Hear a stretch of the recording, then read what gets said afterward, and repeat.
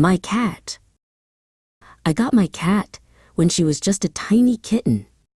I named her Puff because her fur is soft and fluffy. She has white fur, but her tail, paws, and ears are black. She has a little pink nose and yellow eyes. She says meow whenever she wants a bowl of milk. I feed her cat food and treats. She washes her face with her paw when she is finished eating. My whole family loves her, and we can tell that she loves us. She loves to curl up in our laps. She purrs whenever we pet her. She is very playful. We sometimes roll up a piece of paper and throw it to her. She loves to chase the paper and hit it with her paws. She also chases bugs. Last night she chased a spider, but she was afraid to touch it. At night, she curls up in my bed with me. She likes to be warm.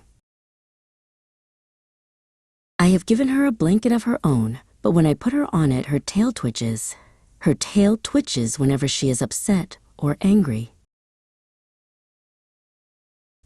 I know she doesn't want to be on her blanket. She wants to be in my bed. I let her into my bed, and she falls asleep purring loudly.